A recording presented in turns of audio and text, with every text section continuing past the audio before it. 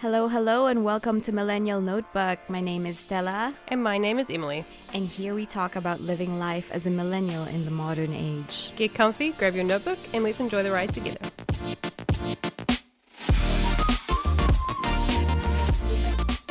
Hey everyone, I hope you're having a great day. I am having a great day. I've been resting a lot, and I'm feeling great. How about you, Emily? I'm good. Had a great day. Doing some photo shoots for Corfi and enjoying the company of my cats. It's been a really rainy day, so I love it. So Yeah. for the photo shoot, tell me more about that. So you were behind the scenes, right? Yes, I was the photographer and videographer, which it was my first time being a photographer. I've done a lot of videography before, but this is my Yeah. first time being the photographer, which is I love it. quite That exciting. must have been exciting. Yeah. It was. It was good fun. We did it. It's been pouring down with rain, so last night we were all just like on the edge of our seats, like, is it gonna clear up?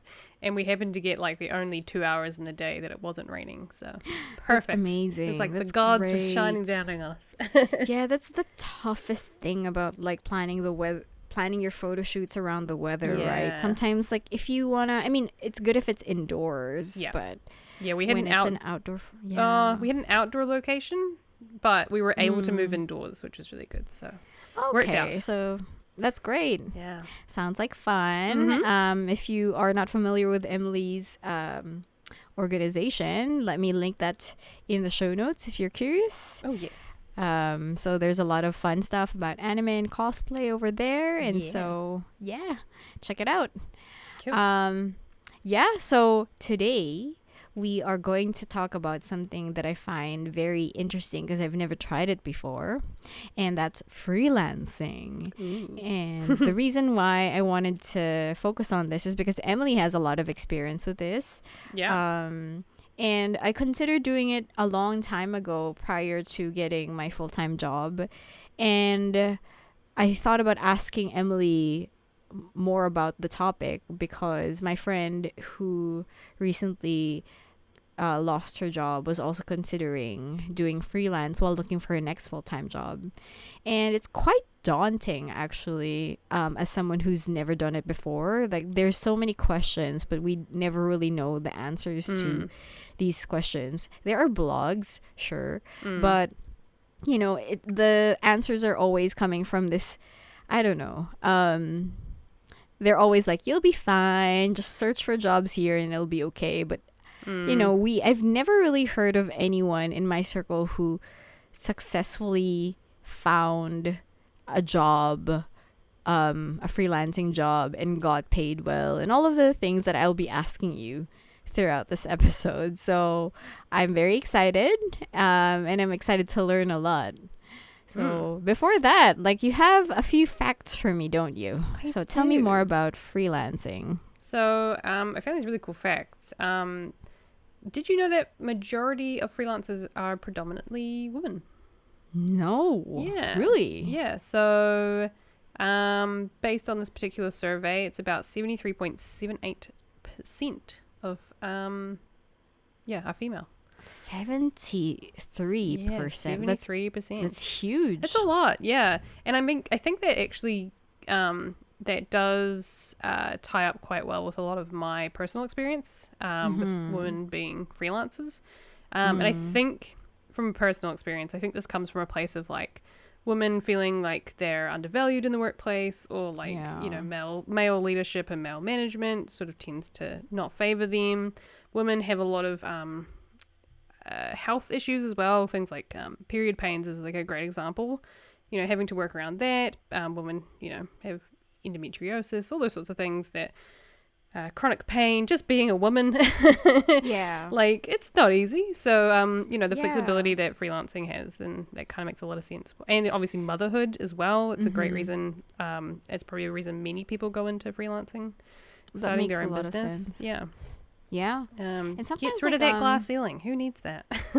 Yeah, exactly. Like, Yeah. I feel like this is an avenue for women to just break out of that system that has made a lot of opportunities very difficult to enter into. Yeah, exactly. Up until recently. So that makes a lot of sense now that you've mentioned it that way. Yeah, it makes a lot of sense to Yeah. me. Yeah.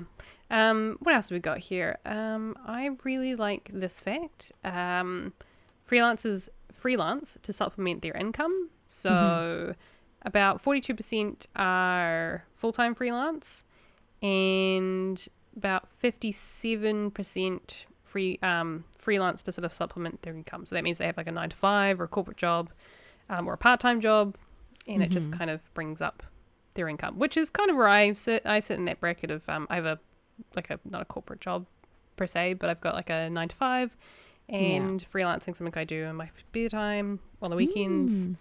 I'm a workaholic. What else is here? Most freelancers like to work from home, so it's about 85% of freelancers work from home, which makes a lot of sense because you don't have to pay to work from home, whereas something like an out of home office or like a shared space and things you have to pay for, so it can add to your overheads, which is we'll talk about later. And I'm thinking about also if you're working from home versus like working in the office, like sometimes if you have pockets of time where you're not doing anything for work, and the like what you talked about in episode 12 about being bored at work, right, when the job doesn't have anything for you, I feel like if you're working from home, it gives you a lot of space to work on these things without getting in trouble for them.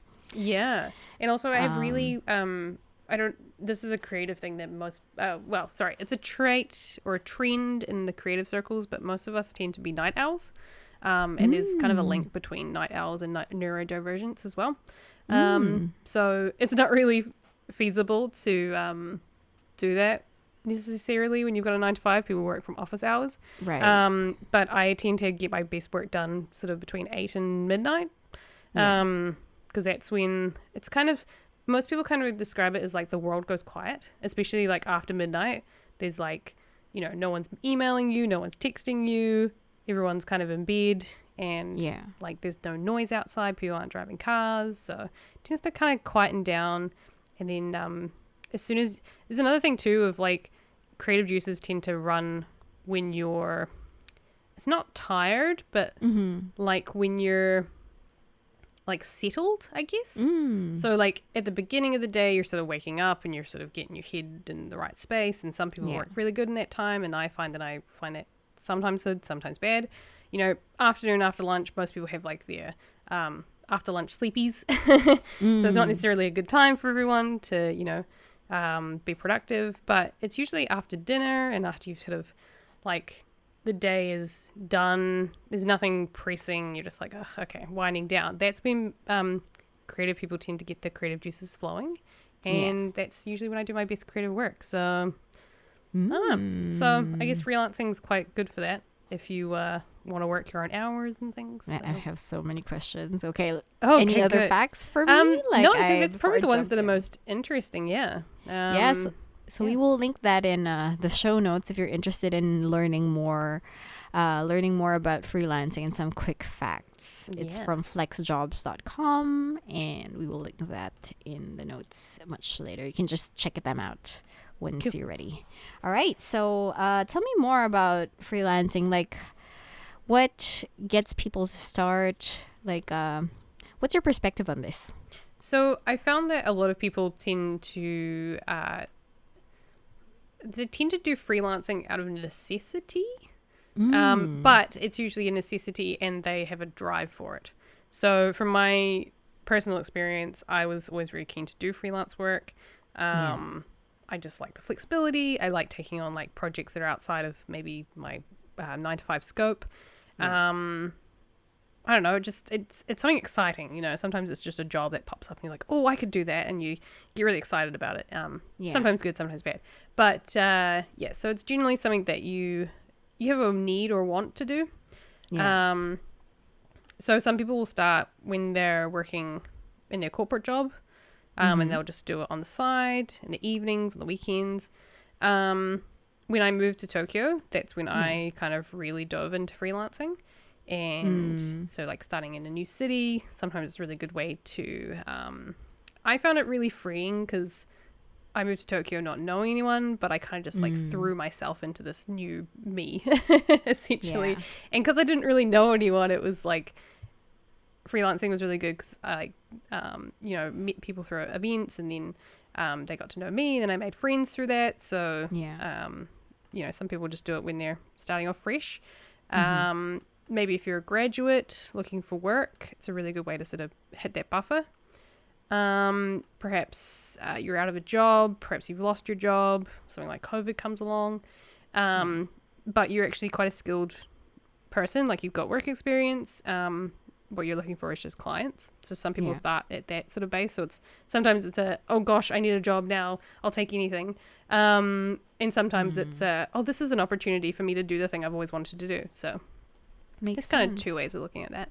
Yeah. And then some people do it to kind of rocket off their entrepreneurial start a business sort of thing. So starting a service business that I may start as a freelancer, they may grow their connections, then they grow a team, and then suddenly they have a business.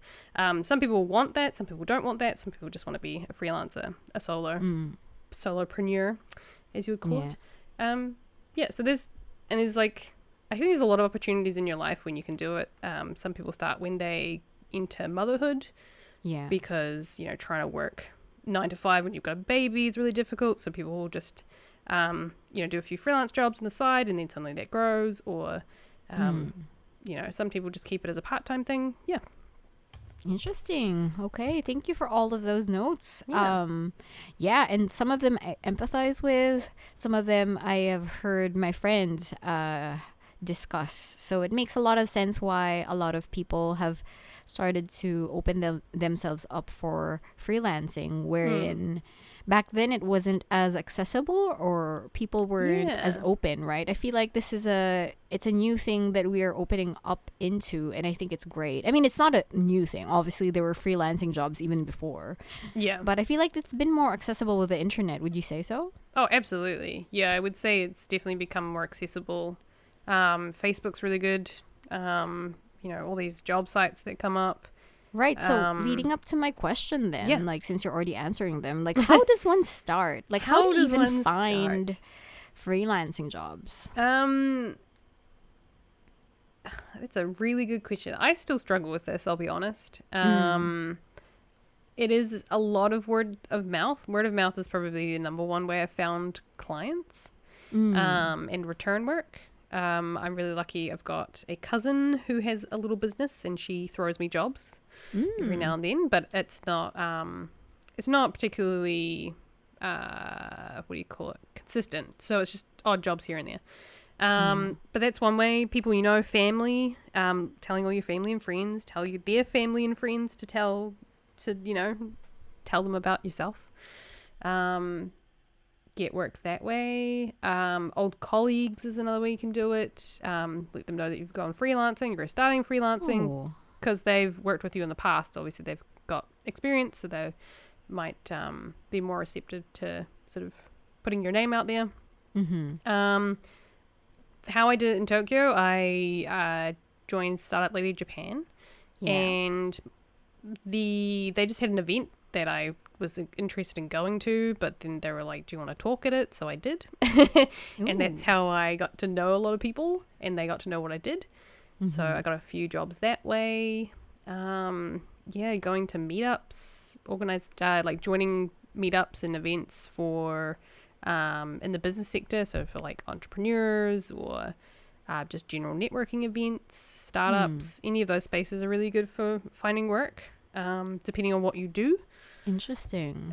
So it's mostly like putting yourself out there, literally. It like is, you gotta like that be sounds terrifying for an introvert.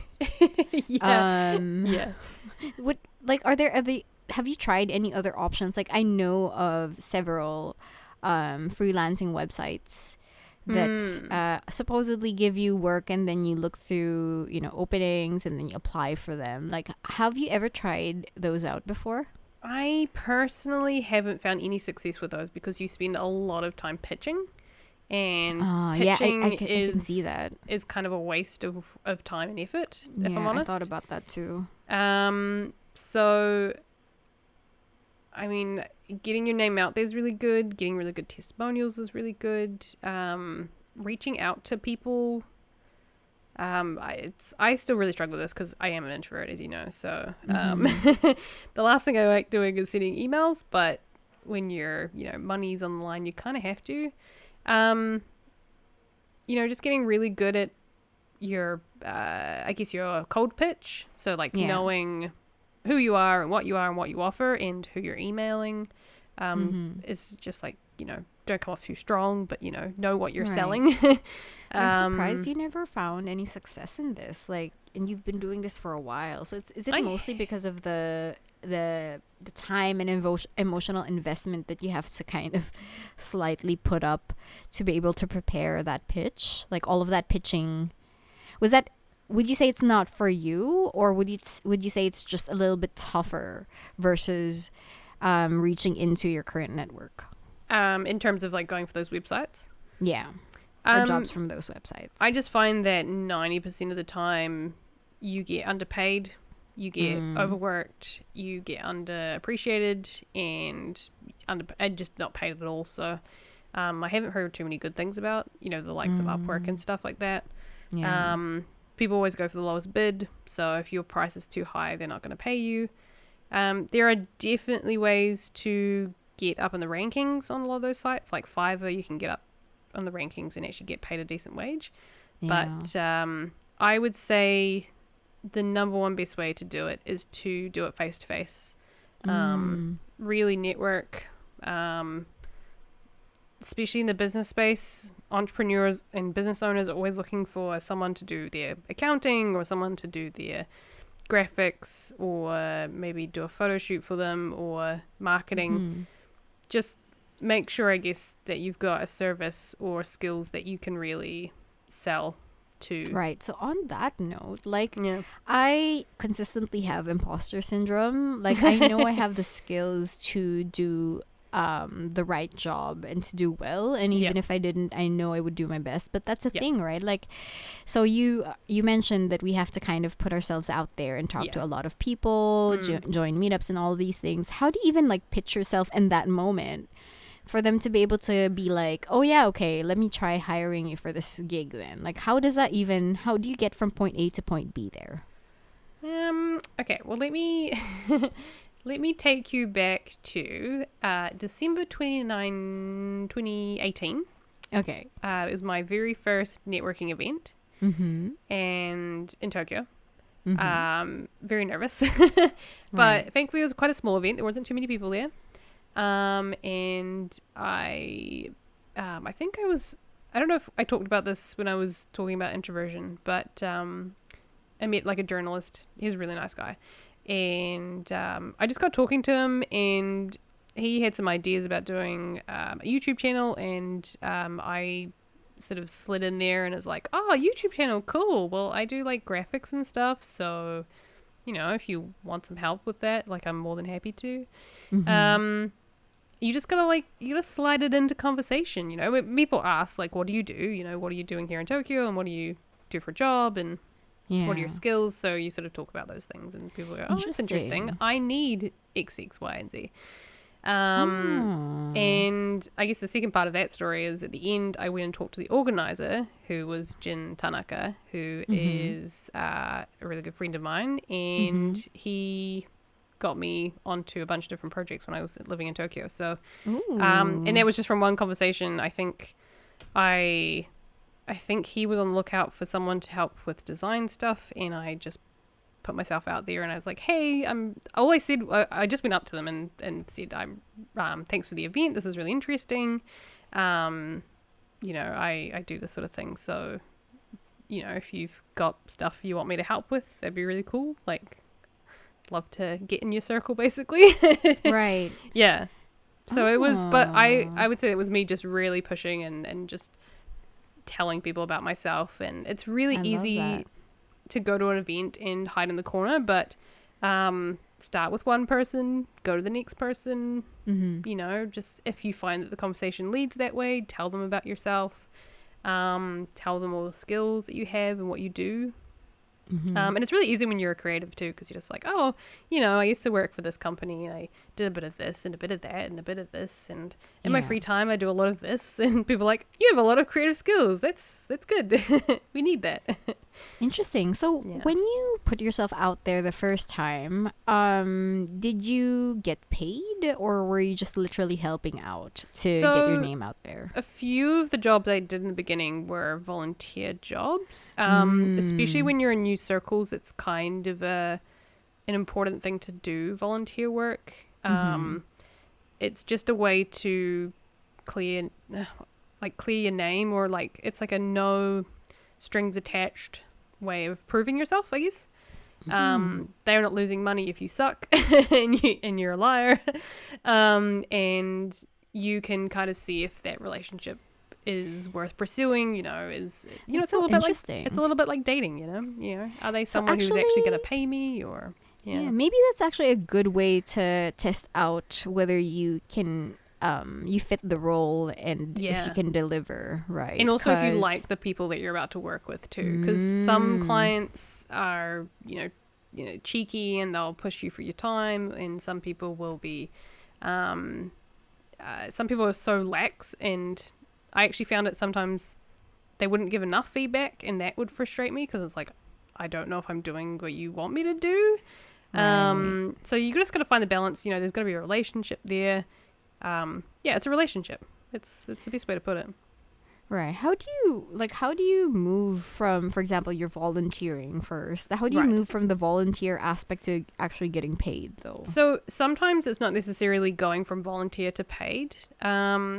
Sometimes, depending on the organization, that could come through long-term commitment or long-term loyalty to a organization or to a certain person.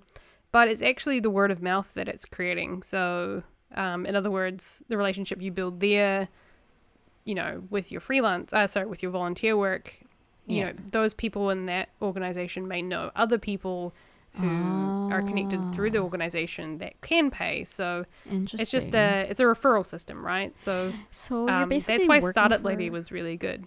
So you're working for the long haul. Pretty much, yeah. It is a strategic move, yeah, for sure. Okay, interesting. Got it. So, all right. So, what do you think are the best sectors for finding work then? Since you mentioned that this has given you the most success. Startups are really good. Again, startups can have very low capital, so sometimes it's not very high paying job. Sometimes it's a I'll help you if you help me situation. So that can be a benefit, that can be a detriment. But small businesses are really good because they don't want to pay someone. They can't afford to pay someone a full wage, so that might be just like every once in a while. Who else did I work for?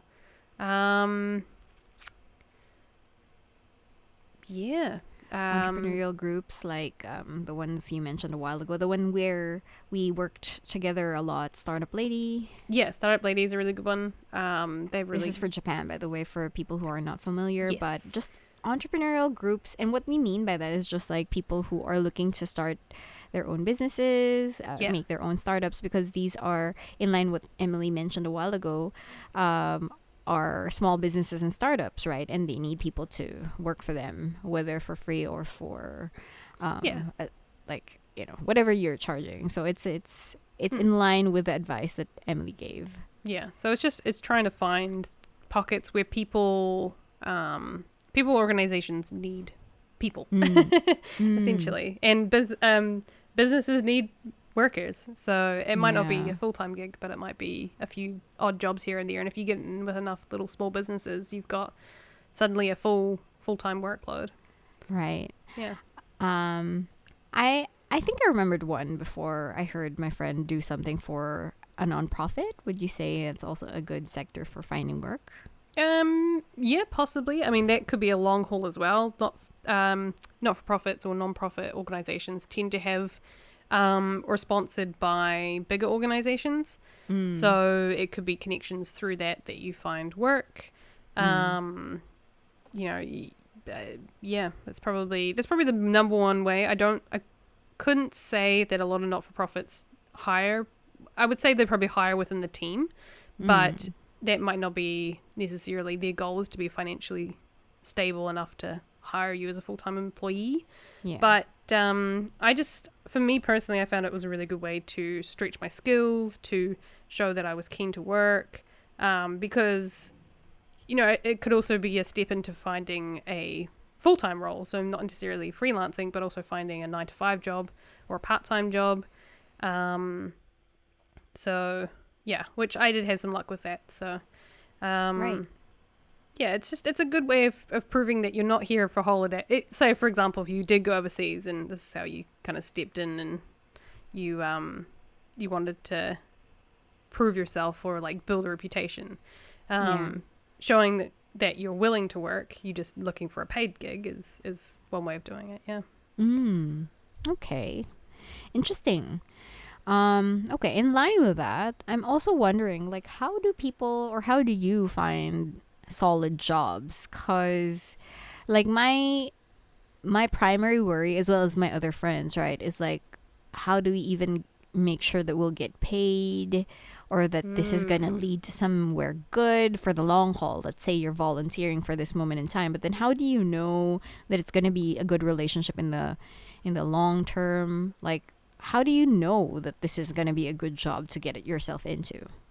I think there's a lot of things. It's how people within the organization, for example, if you're working for like a not-for-profit or a volunteer organization, you get a sense of the vibe. You talk to other people who are also volunteering. If they have a good vibe, then obviously they're getting a good reputation. But also, I always try and keep my connections, the whole idea of like 2 degrees of separation, basically like 2 steps away from, there might be a friend of a friend or a friend of a family member, or there's some connection that comes back directly to you. So you at least know someone between you and them who can vouch for them. For example, I know my cousin because she's my cousin, so it's nice and easy. But if she recommended one of her clients to me, then I know that there's some relationship between us that can sort of vouch for them. So she wouldn't recommend me to them if she didn't trust me and if she didn't think that they would pay appropriately. So it's just keeping it within your circles or not too far outside of your circles. That's why I find the websites and things tend to be a little bit more dodgy, because you've got there's no accountability. There's no connection. I don't know who these people are. And they don't know who I am. So am I going to deliver the work if I ask for payment up front? And are they going to pay if I do the work? So yeah, that makes sense. Okay, so just staying within your network and then figuring out if these are people, if they're companies or people you can trust. Yeah, pretty much. And if you know people who've worked for them before. Okay, interesting. And that's actually in line with some of my friends who do freelance. Yeah. So that makes sense. Yeah. Okay. All right. So another thing that I feel like people struggle with are setting prices. Like, how would you set your prices? So setting prices is quite a personal thing personally. You kind of have to work out where you are in life. And there's a few things. So so actually from Upwork, I found a little resource. But the questions that they ask, which most people tend to agree with, which is, how much money do I need to support my lifestyle? So how much money do I need a week? Is probably the best way to do it, or every fortnight, depending on how much, or every month, depending on how you do your budgeting.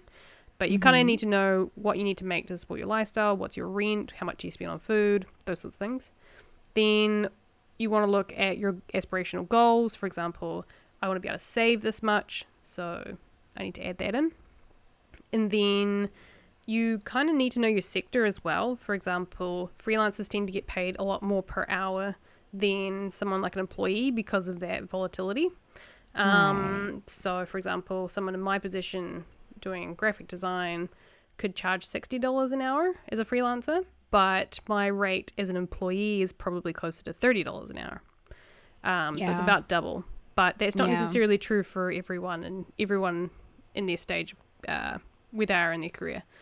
So you got to work that out. And that comes with just talking to people that you know who are in the sector, having experience on the job, just asking people that you know.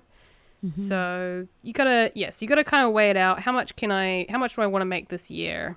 So how much do I need to make an hour? And then how much is my absolute minimum I need to make to live? Yeah. And then there's a few other things that you could ask, like what expenses do you have as a business owner? Because technically, as a freelancer, you are a business owner. You've got to think about things like tax, because you have to do that yourself. Right. How much your skills are in demand. So, for example, 3D skills might be more in demand than print skills, so you can probably charge more for 3D work than you can for print work. Just Even things the like electricity that you're using, right? Your computer, the resources you're using.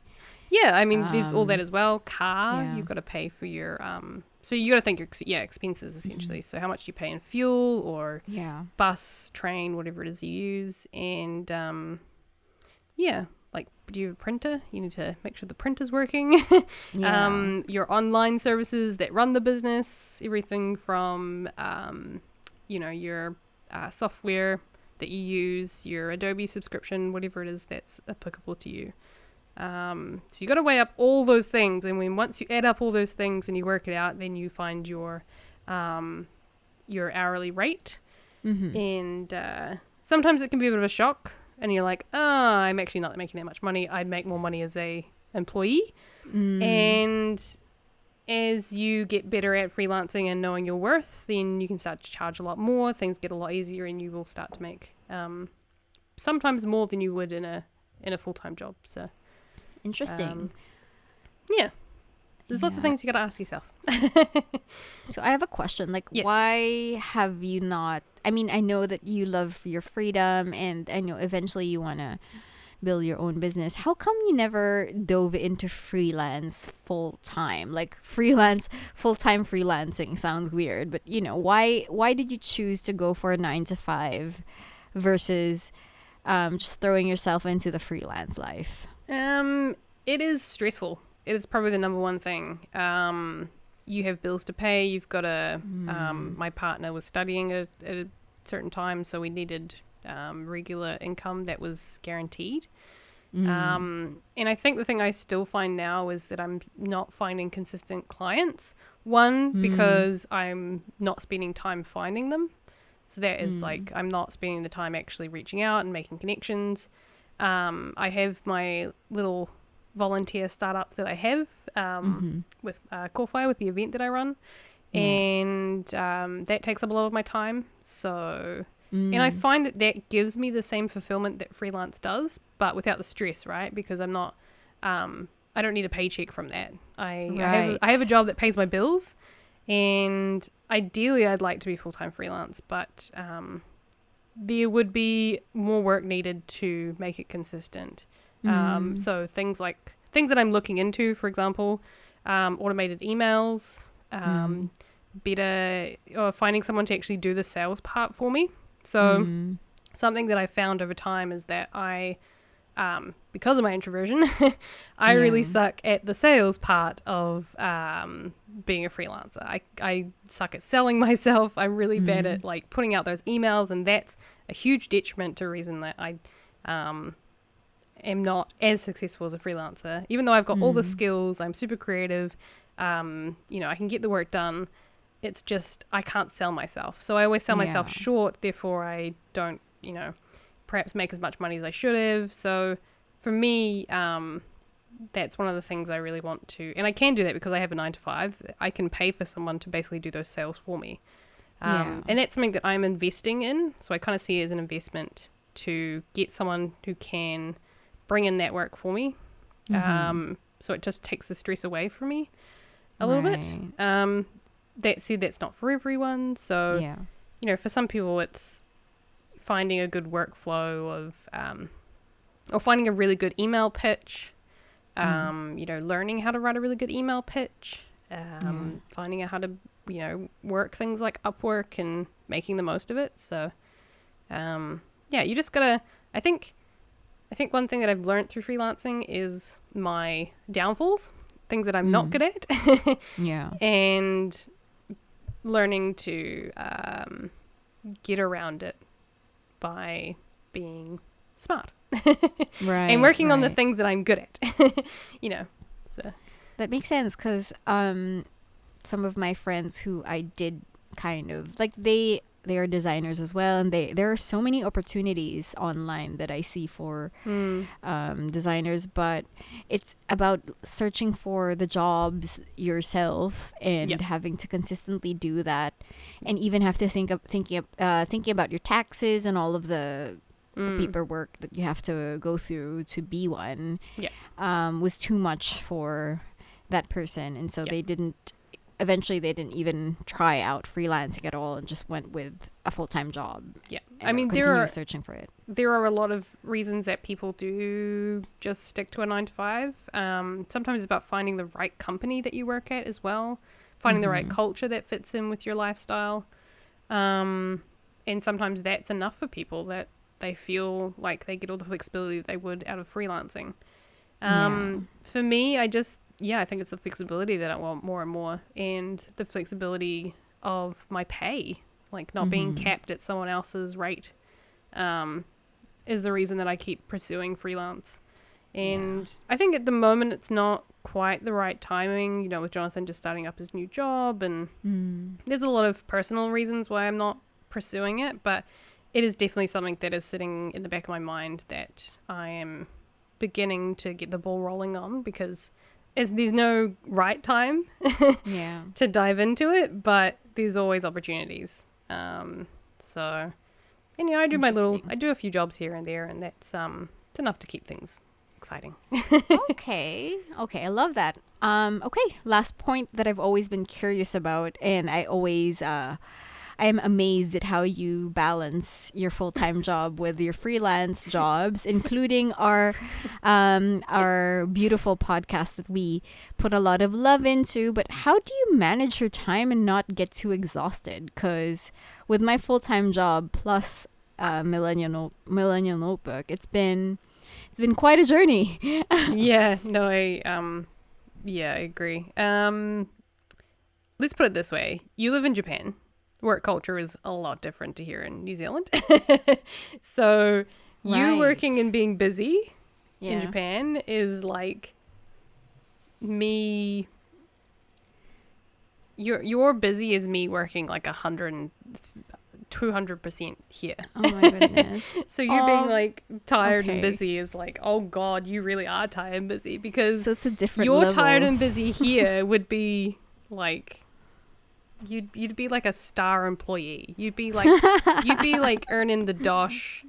Like, it's just two different lifestyles. Like, New Zealand's very chillax. Like, I can't imagine it depends on what the sectors that you work in and the expectations, but the expectations are much lower here in terms of what employers expect of you. That said, there are people that work hard, but I think that's the one thing that really shone when I came home, was like I worked 110% in Japan, and because I loved it too, and I was working towards a goal. But if I did the same amount of effort here in New Zealand, I would be, to the moon. I'd just be like reaching for the stars and reaching it, because it's just so relaxed here. But at the same time, that's how you get burnt out. So so I guess probably what I was trying to get to there is that I pick projects and things that I love.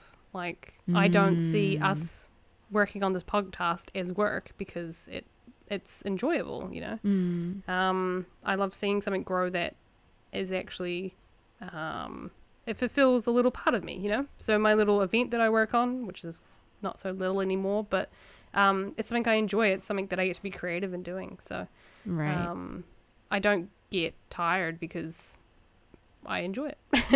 And I think that's the number one thing. As soon as you don't enjoy it, that's where it becomes work. And I think anyone who's gone into freelancing or a creative career in general, as soon as it becomes work, it's no longer fun and exciting. So you just have to try and find ways of keeping it fresh and Yeah. I mean, work is work, right? Right.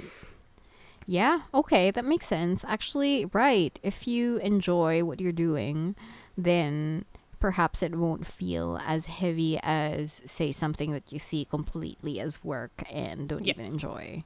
Yeah. I mean, you said it yourself, right? You used to love playing games, but as soon as it became work, it was no longer enjoyable. Yeah. So, I mean, I haven't touched my Switch in I mean, for fun, in my personal time, I haven't touched it in a year and a half since I started this job. So it's really all right. Okay. Oh my goodness, I love this episode. I think I learned so much. You Thank did? you so much I for didn't just sharing. ramble about all of my horrible.